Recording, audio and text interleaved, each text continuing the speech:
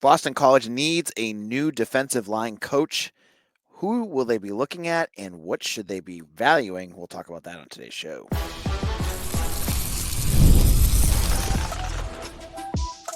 You are Locked On Boston College, your daily podcast on the Boston College Eagles. Part of the Locked On Podcast Network, your team every day. Hello, everyone, and welcome. This is Locked On Boston College, your team every day. I'm your host, AJ Black. On today's show, we're going to talk a little bit about the basketball game. I'll say something nice about BC basketball.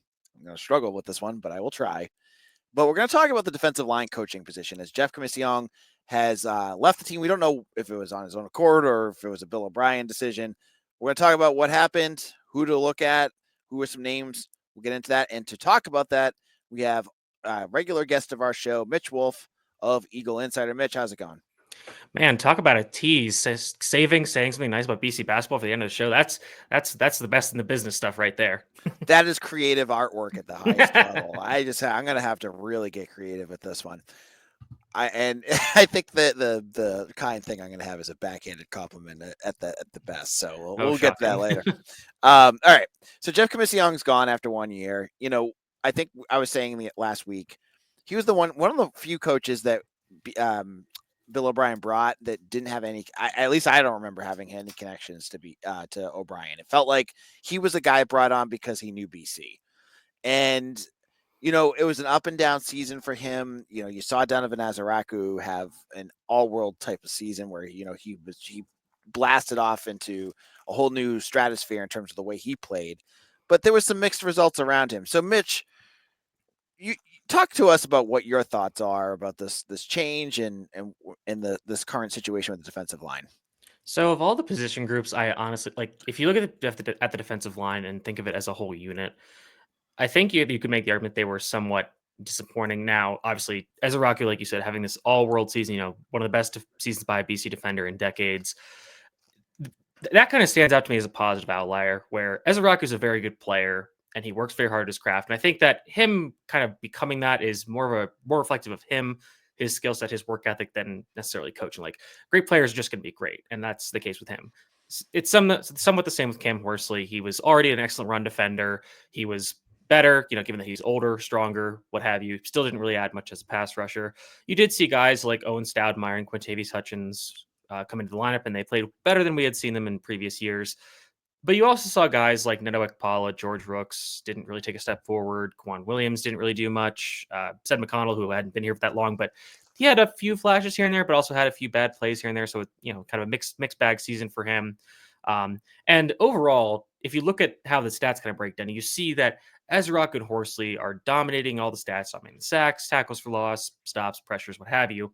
And nobody else is really doing anything. And if you think about going back to the season BC was having this year, get off to the hot start, you know, they're getting pressure on the quarterback. They're doing well with all that. Ezeiruaku's playing very well. When they get into that slide, it's really like Ezeiruaku even was pretty. I don't think Ezeiruaku had a sack in the month of October. And really the rest of the defensive line wasn't doing much. You saw them switch out Ekpala and Rooks for Stoudemire and Hutchins for a minute, and that yielded some nice results, but also had some bad plays. And BC didn't really start getting pressure again until the last few games when Tim Lewis just started sending the house. Like, their blitz rate went up to nearly 50%. They blitzed on 60% of snaps in the bowl game, which is crazy. So you never really saw them develop that other pass rusher next to Ezeiruaku. He's doing all the work. And then you look at the bowl game when Ezeiruaku and Horsley are gone, you see that the defensive line couldn't do much. They only got one sack. Quintavious Hutchins was really quiet. They were, I would say, mixed bag. You know, in the run game, they basically got worn down by the end, and there really wasn't much of a pass rush to speak of. So that was what I was more concerned about, because, you know, when you have guys like Ezeiruaku come along, they're going to be elite, and that maybe this is a bit of a lofty comparison, but Luke Kuechly is going to be Luke Kuechly. Like, there are guys like that are just built different, if you will. Right. And I think Ezeiruaku qualifies as that.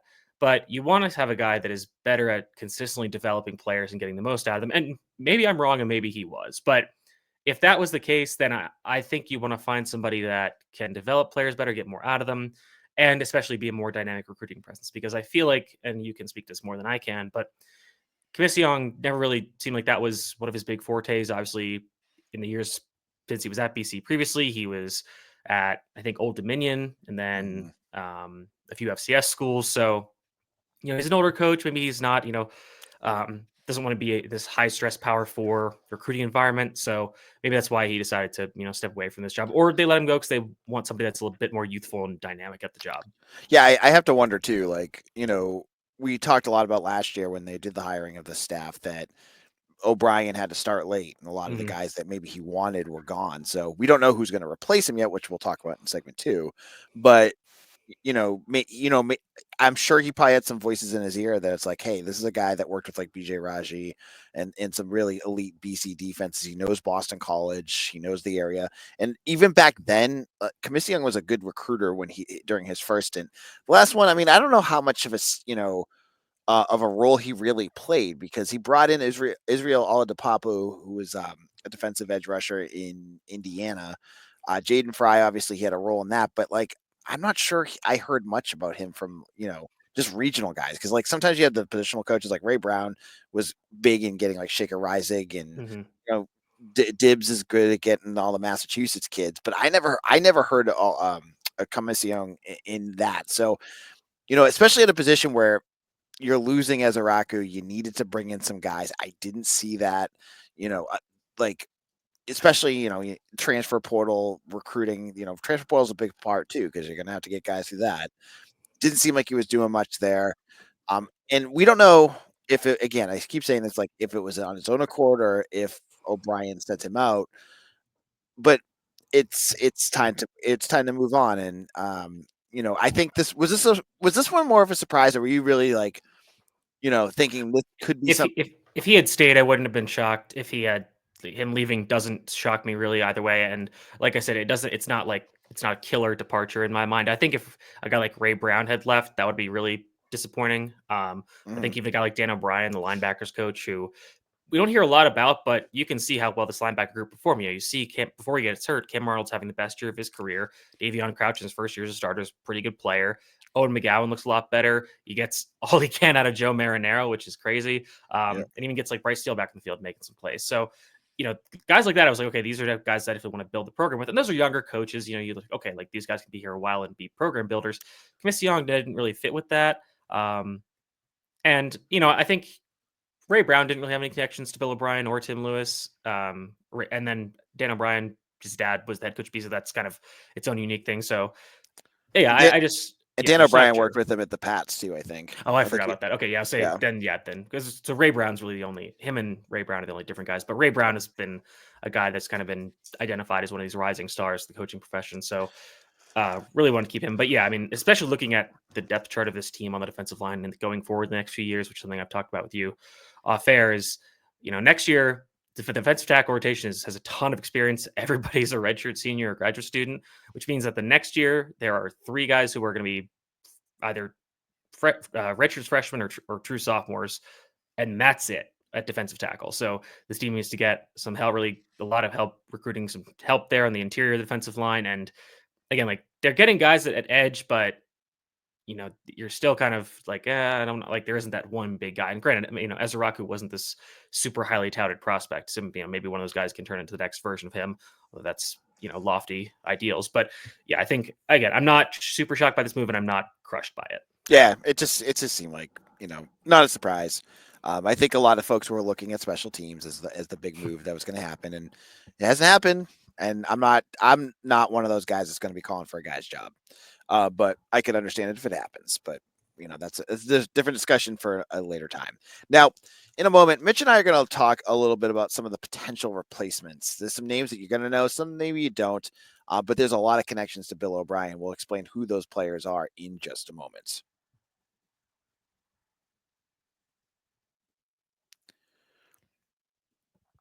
This message is brought to you by PrizePicks, the place to get real money sports action. With over 10 million members and billions in winnings, PrizePicks has changed the game in daily fantasy sports. Whether it's the playoffs or regular seasons, PrizePicks has made it easier than ever to win big while enjoying all the football action.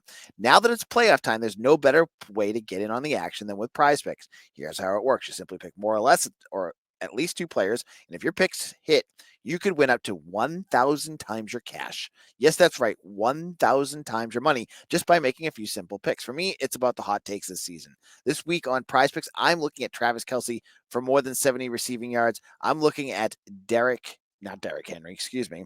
I'm looking at Saquon Barkley with multiple touchdowns. You can get all that all on PrizePicks. Fun and easy to predict. Plus, with PrizePicks Flex Play, you can get double your money even if one of your picks doesn't hit. And with the app, you can get your winnings fast, sometimes in as little as 15 minutes. Ready to run your game this football season? Download the app today and use code LOCKEDONCollege for $50 instantly after you play your first $5 lineup. That's right, $50 just for playing. Don't wait. Take your game to the next level with PrizePicks. PrizePicks. Run your game.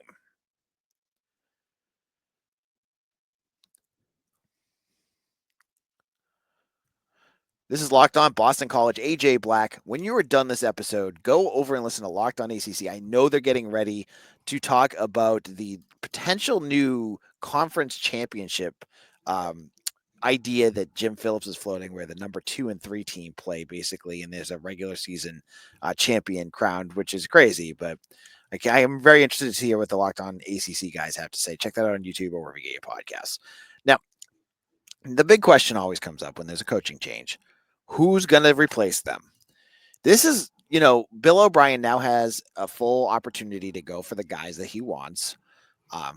Still a little bit later, but this is BC, and BC usually the positional coaching changes happen in January. So this is not out of the realm of odd timing. This is just... I get the sense that a lot of, at least for BC, maybe it's not the case everywhere else, but a lot of position coaches' contracts kind of expire around this time of year. I think because it's normally tied to the old signing day. Yep. It was in February. So I think that there could be some changes coming that, it's more along the regular cycle of the calendar.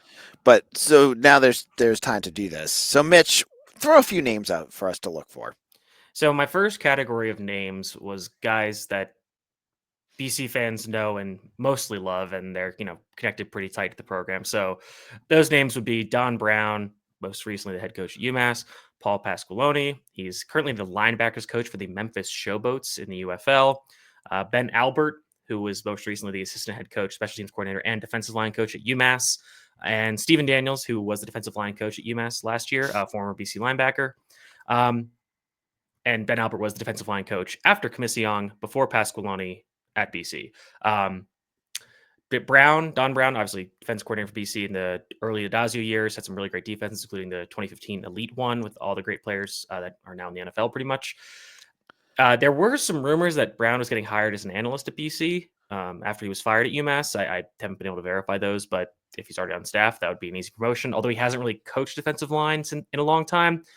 But Don Brown has probably forgotten more about football than some of the rest of the defensive coaching staff combined. He's been doing this forever, so he knows what's going on.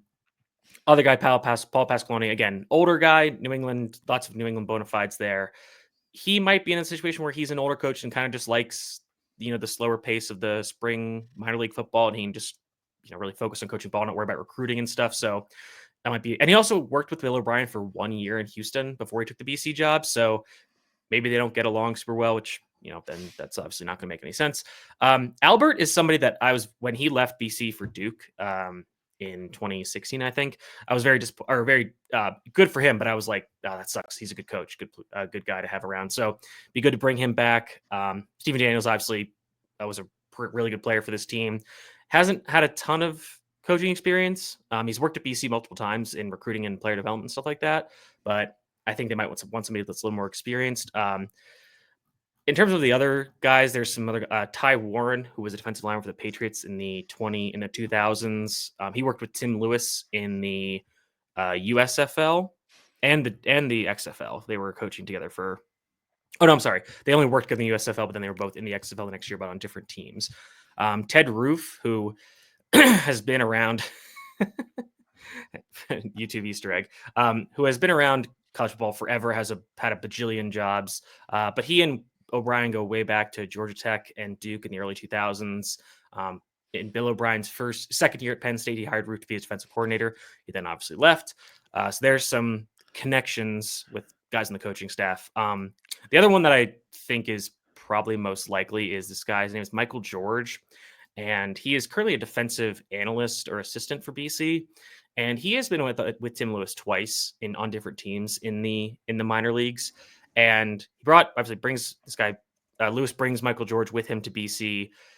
I get the sense that this could be the promotion from within. I think you told me that on the Bill O'Brien podcast or whatever they call it, they asked him about having his staff pretty much set, and he said yes, but it was kind of a yeah, sure. He might not have really heard the question, but that would lend credence to the fact that the guy who is replacing the defensive line coach is already on staff, and George has been mostly defensive assistant. I think he has a little bit of defensive line coaching experience in his time. He was the assistant defensive line coach for Tim Lewis on the St. Louis Battlehawks in 2020. And then also when Lewis was the defensive coordinator for the Arlington Renegades in 2023, and George was the assistant defensive line coach. So the thing about O'Brien too, I've been thinking about it, and it was on the Meter podcast with him, right? Mm-hmm. I think he recorded it last week before, and it would have happened before this news came out, because he was talking about it being a dead period, and I think the dead period was last week, because he's out on the trail now, so he may not have known about it then. So Mitch may think that maybe that was Commissiong's choice, but I don't know. Just thought. All right. Well, then still I think that's a possible name. It seems like Lewis really likes this guy and wants to kind of help him progress along the coaching path, so that would make sense. I have a few other outside names that I think could be a really good fit. One that I really like is Dave Cohen, and this past year he was the assistant head coach and defensive line coach at Wake Forest, and he's been there since 2014 when Dave Clawson got there. And if you think about Wake Forest, because BC played them a lot, obviously they've always had a pretty good defensive line. They put a lot of guys but maybe not a lot, but more than you'd think of for Wake Forest. They've had a lot of guys get to the NFL and play well, and Cohen's been a part of that, and he's coached at a lot of FCS schools in the northern mid-Atlantic region, so he kind of knows his way around the area, which would be good. Looking down the list, Christian Smith, defensive line coach at Northwestern. He signed on with Northwestern last year, I think, but spent the previous 6 seasons at South Dakota State, where they were really successful at the FCS level, so he could be somebody. Especially he going to Northwestern, he kind of has experience working in that small private school that has high academic standards. Going on the list a little more. One I really like, and this is kind of random, his name is Chris Calabrese. He's the outside linebackers coach and defensive recruiting coordinator at Albany, which is where Jared Verse started his college career, and also Anton Junkaj, I think is how you pronounce it. After Verse left for Florida State, Anton Junkaj was an FCS All-American. So this guy's clearly doing something well at Albany, which is obviously an FCS school, but it's a little off the radar. It'd be kind of surprising people who haven't looked into this, but that could be kind of a sleeper hire where you hire him and then he kind of blows up and becomes this big feature for BC. He has worked a lot in the New York area. He was the head football coach at a D2 school. He's worked a lot with high schools in both strength conditioning and recruiting and player development. So he has kind of all these different things that you would love for a coach like that. So he has no connection to BC or the staff at all, but that would be one where this would be an interesting name for them to bring on. So there's a lot of different names, but you're thinking if you're a betting man, Michael George is probably where you think it's going to go. I would say if I had to odds it, I would probably say Michael George is a -200, -250 if I had to put a name on it or a number on it. And then probably honestly, a guy not like Don Brown would be +150 or something, where it's an outside shot, but especially if they already have him on staff as an analyst, which I'm not sure if they do, but that would make sense, and he could just have him come back to BC. It's all right, just tell these kids how to get after the quarterback. Yeah, and right now too, for folks that are wondering, most of the rest of the staff has been out on the recruiting trail. I mean, if you're on Twitter, I've been trying to retweet it, but you've seen Dan Brown with some linebackers out there. Ray Brown is not Dan Brown, Dan O'Brien. Dan Brown, I think he wrote Da Vinci Code, Angels, Demons, all that. Ray Brown is he's out on the trail, that's for sure. He's just tracking down religious mysteries. Ray Brown is in Oklahoma, opening up the Boston College to Oklahoma pipeline, which he's done a nice job, which is crazy. Wild to think of. Darrell Wyatt is out in Texas doing his thing. He works in silence. You never know what's going on with him. And Dibbs, he's still holding it down, as I said on yesterday's episode, with tons of local recruits. Apparently, he's the one that goes along a lot with Bill O'Brien. Bill O'Brien was saying that. That and that O'Brien has to pick up all the tabs for every breakfast that they go out for. That's But fair. yeah, That's very fair. yeah. So yeah, Mitch, I think that'll wrap up our discussion on the hire. We'll hopefully hear about who that is soonish. They're in workouts and off-season workouts right now with Craig Fitzgerald, and you're seeing stuff like that up there. And all the mid-year enrollees are already in. Where can people find your work, Mitch? You can find me at Mitchell T. Wolfe, WOLFE on Twitter. Check it out on Eagle Insider. A lot of stuff coming out this week. We had the scouting report on Tommy Matheson, the Princeton offensive line transfer. We had this kind of this list of coaches, which has some other names that I didn't mention, and some more information about them and how they'd fit at BC. Later this week, we'll be having kind of a look at all the prospects in the upcoming NFL draft from BC, because there's a lot of guys that are leaving the team, and I think a decent amount of them have a shot at making the NFL. Obviously, some more information on guys like Ezeiruaku and Trapilo, who are looking like at least day 2 locks, maybe even going a little higher. And then we'll get back to the scouting report. Have the one on the Campbell wide receiver transfer, VJ Rocket Wilkins, who was a very fun player to watch. And I'm also, I think I told AJ this, but I am working through Yale special teams film, looking at Seamus Florio, the Yale punter transfer. And I'm doing that, and I'm completely sure that my marriage is not on the rocks because of it. Mitch is a complete sicko. Like watching all this film of other FCS schools and I'm pretty sure I told her what I was doing, and she's like, "Why?" Yep. But thankfully, she was more used to it than most people would be, so she kind of gets it. Emphasis on the kind of the world that we live in, right? Like you get that, and when I'm like writing up and talking to you're calling some random high school. You're calling some random exactly. And my wife's like, "Why do you have to talk to him?" And I'm like, "Well, the folks, they want to know what he thinks." I'm like, "Oh," she's like, "All right." So yeah, that's the Titus Hawk and Xavier Oleksufuea or whatever. Yep. XO as we'll call him if he comes here. Yep. So that's the world we live in. Thank you, Mitch, for coming on. In the moment, I'm going to go solo and talk about basketball. I've got a lot of thoughts on this. I could try to stay positive because I can't be negative, 30 more times this year, but I'll try. I'll get into this all in just a moment.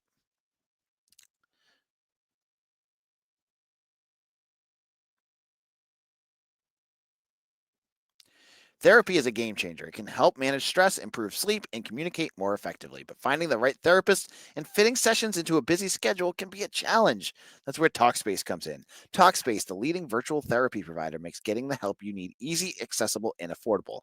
With Talkspace, signing up is simple. You can match with a licensed therapist who fits your needs, usually within 48 hours. And it's convenient. You can have sessions from the comfort of your home and even message your therapist between appointments. Plus, Talkspace is covered by many insurance plans, and for most insured members, there's a $0 copay. It's never been easier to prioritize mental health. As a listener of this podcast, you'll get $80 off your first month with Talkspace when you go to Talkspace.com/LockedOnCollege and enter promo code SPACE80. To match with a licensed therapist today, go to Talkspace.com/LockedOnCollege and enter promo code SPACE80 to get $80 off your first month and show support for that show. That's Talkspace.com/LockedOnCollege, promo code SPACE80. This is Locked On Boston College. AJ Black here, wrapping things up by talking about BC basketball. BC basketball, who had lost 4 in a row, was heading down to Charlottesville to play UVA, who's not the same UVA that you guys are probably, the Tony Bennett years. They were 1-6 in conference, 8-10, 8-9 going, 8-10 going into this game.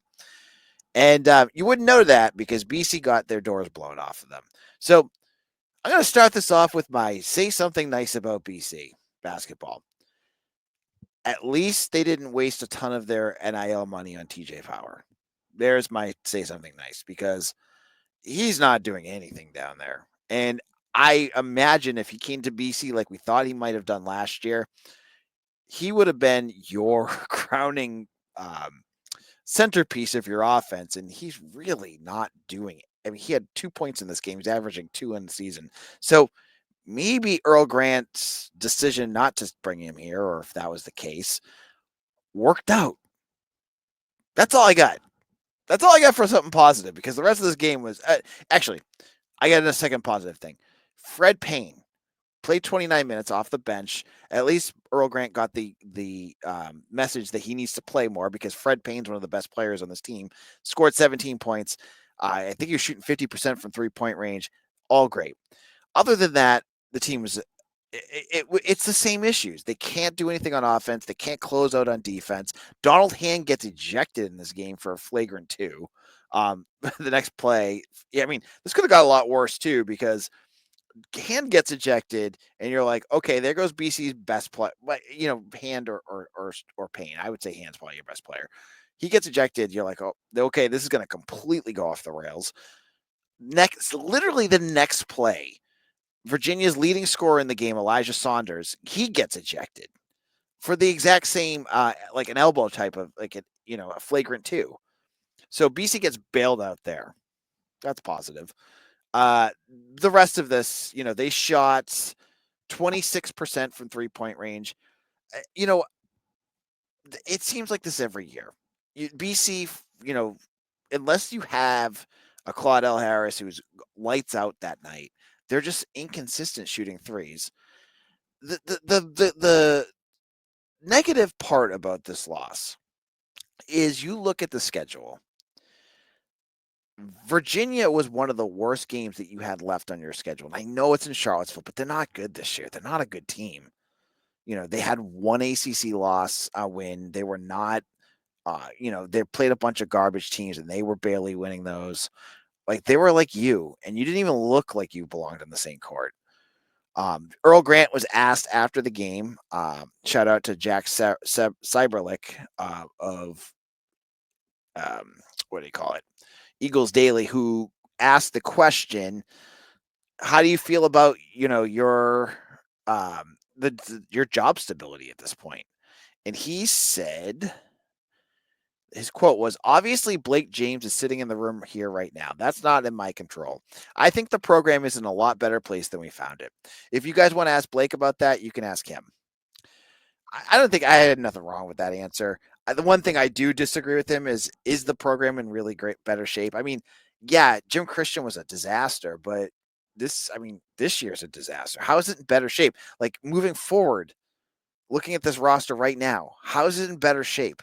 Like, I believe the year that Christian got fired, they were going to have some good recruits coming in that year too. It's not in better shape. It's the same shape. This is the same BC basketball team that we've seen under Jim Christian and Steve Donahue. That's just not competitive. That's not interesting to watch. That no one cares about. The students are completely disengaged. I keep saying it over and over again. If you got to make a change, because you can look at all the players that left last year and blame that on that. I don't know what the situation was, why they all left. There's probably a reason for each one of them. But Earl Grant did not do a good job in the world of NIL to put together a roster that could be competitive. That you can say.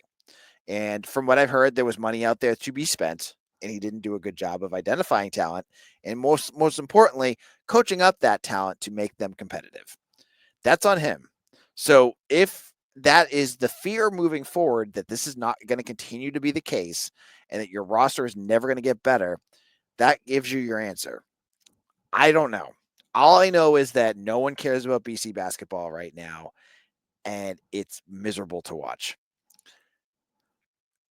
But we've got another 2 months left, and the way they're playing, they're not going to be playing in the ACC tournament. It'll be done faster. My biggest question is, we've already had Jim Christian fired in the middle of the season.